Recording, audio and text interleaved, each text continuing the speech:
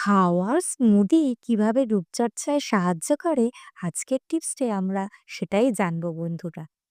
Smoothie বানাতে যে উপকরণগুলো লাগে তার মাধ্যমে খুব সহজেই একটি ফেস প্যাক আমরা তৈরি করে নিতে পারি ঘরে বসে। কিভাবে এবং কি উপকরণের মাধ্যমে চলুন জেনে নেওয়া যাক।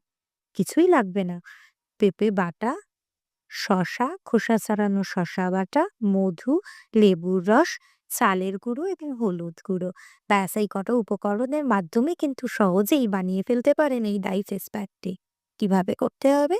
২ টেবিল চামচ শসা বাটা, ১ টেবিল চামচ পেঁপে বাটা এবং তার সাথে মিশিয়ে নিতে হবে ১ চা চামচ মধু, ১ চা চামচ লেবুর রস, হলুদ ১ চিমটে এবং তার সাথে মিশিয়ে নিতে হবে ১ চা চামচ চালের গুঁড়ো। ব্যাস এই সমস্ত উপকরণ একসাথে মিশিয়ে একটি পেস্ট তৈরি করে পরিষ্কার মুখে তুলো অথবা ব্রাশের সাহায্যে লাগিয়ে ফেলুন এবং ১৫ থেকে ২০ মিনিট অপেক্ষা করে হালকা গরম জলে ধুয়ে ফেলি।